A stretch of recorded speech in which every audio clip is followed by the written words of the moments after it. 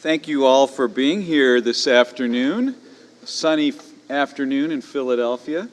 We're glad to have you here. My name is Cary Coglianese, and I am the director of the Penn Program on Regulation. I'm on the faculty here at the University of Pennsylvania Law School, and delighted to be joining with others in helping to sponsor today's gathering.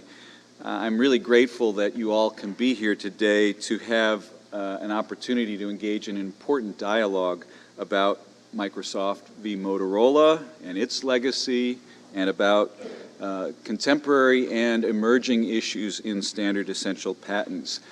I want to acknowledge at the outset my deep gratitude to others for the support that's made possible today's workshop. In addition to the Penn Program on Regulation, this event is jointly sponsored by the Leo Modell Foundation Initiative on Government Service and Public Affairs here at Penn Law.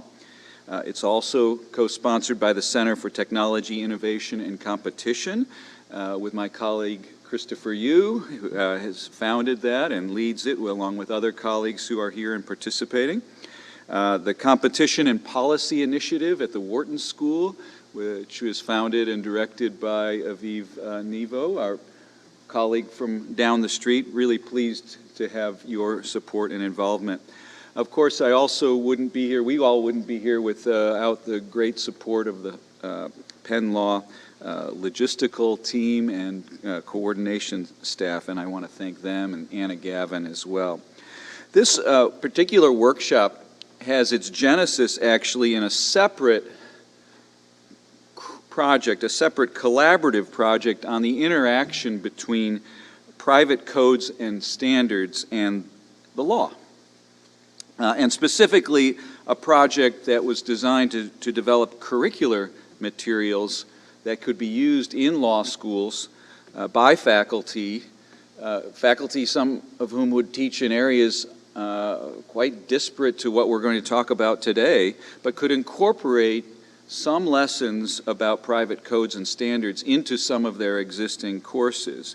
And the project culminated in the assemblage of a wide variety of new original curricular materials, some of them multimedia in nature, that I'm pleased we can announce today are now live on a website that we've launched here at the University of Pennsylvania Law School, and you have displayed here on our screen before us the URL, www.codesandstandards.org, is very much the culmination, as I say, of a collaborative undertaking. And I mean that collaboration in two senses.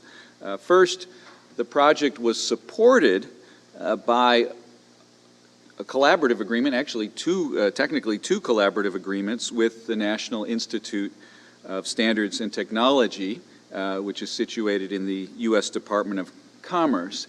And although NIST always cautions me to say the traditional boilerplate that nothing on the website necessarily comports with or reflects on any of NIST's official policy or anything by the Department of Commerce, I do want to say that it was very much a project that we could not have undertaken without NIST support, and I appreciate greatly that support and collaboration throughout the past couple of years.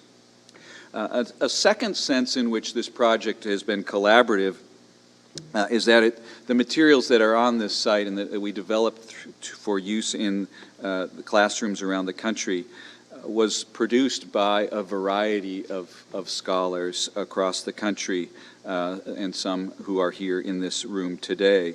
There are 4 new course modules that are featured in this site, and each one has teaching guides and reading materials, PowerPoint slides, and some videos as well that we've produced as part of this. 3 of the 4 course module areas are unrelated really to today's workshop, incorporation by reference, risk regulation, and federal preemption. But the 4th one is focused on standard essential patents. And in that course module, we have a terrific new case study that was written by my colleague, Cynthia Lowry-Dahl, who is central to this workshop, but the case study focuses on Microsoft v. Motorola. And Cindy has then, in addition, written this extensive and very helpful teaching guide to go along with that case study, PowerPoint slides, produced videos to go along with it. It's been a very extensive project, and one which is enormously successful and will be valuable for faculty around the country. I know how valuable it is because I asked Cindy to come and use the case study and teach it to my seminar students in regulatory law last year. It's a phenomenal success. She is an extraordinary teacher, an extraordinary lawyer, an extraordinary scholar, someone we're really fortunate to have here as part of our faculty and heading up our Deadkin Clinic on Intellectual Property. So thank you to those who we've collaborated with on this workshop, but also on this larger project that we celebrate the conclusion of today.